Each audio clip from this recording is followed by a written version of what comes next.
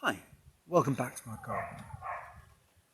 Well, here we are again, Friday. Where did the last week go? It's just flashed by. And actually, never mind the last week. What's happened to 2023? It's already June. 5 months seems to evaporate. Kind of click of the fingers, a twinkling of the eye, or however you want to put it, just gone.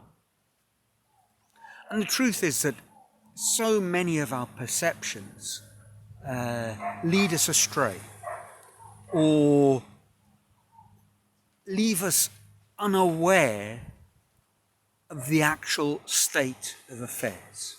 And that neatly brings me on to what I wanted to talk about today, in a sort of roundabout, sort of sneak attack. I've hinted at and discussed the issue of money recently, and also time, for that matter. And the fact is that if we're going to successfully follow the mastery of self-actualization, master of self-actualization program, we need to get a grip on how we're spending our time and the issues of money. We need to be aware, as I've been mentioning, we need to be aware of what comes in, what goes out, where our priorities lie. We need to track it. And actually, when we look at how we self-sabotage, how we misplace our time, the way we are distracted and lured into activities which aren't exactly procrastination, but afterwards when we look back we think, well, what was I trying to avoid? Why didn't I do what I wanted to do? And both these points, I think, are fairly self-evident. They are enormous problems for people like us the world over. We don't use our time well. We don't have a good grasp of our personal finances. None of that is new. And I don't think it's a revolutionary suggestion that we should track it. We should track our money. We should track our time. Certainly what more business-like entities, corporations and so forth, do. They have people occupying themselves with just those tasks. I mean, some of them, the requirement for accounting forces a certain rigor in how money is viewed within a corporation. And obviously, given the high priority in the economic sort of system we find ourselves, a corporation needs to emphasize that. We, however, as individuals might see ourselves as being slightly more lofty in our aims than just simply the grubby pursuit of money. So we push it to one side, but we do need to track it. Not because it's something that we're worshipping, but because it's a facilitator for so many things. And in the same way, we need to track our time, not because we're necessarily obsessive about it, because we are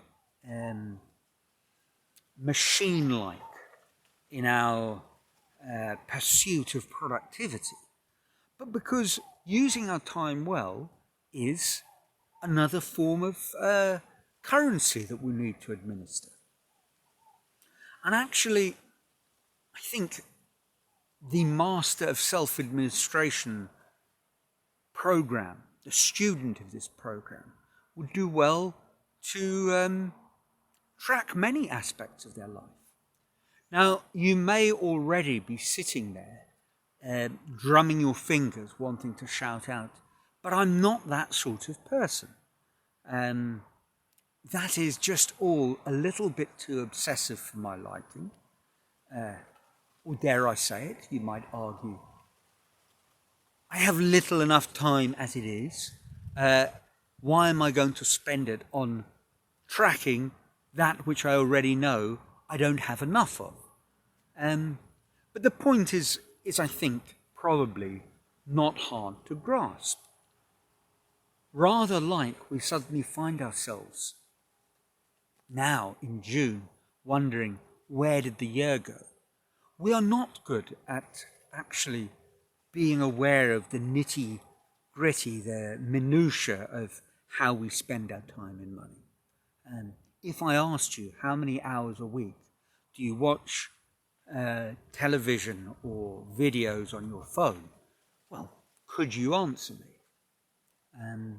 This is something I've been doing. I've done it on various occasions. I've been doing again recently with a slightly different angle, a sort of habit tracking. I set myself 20 things that I wanted to kind of make more present in my life and eventually become habits, things that are automatic.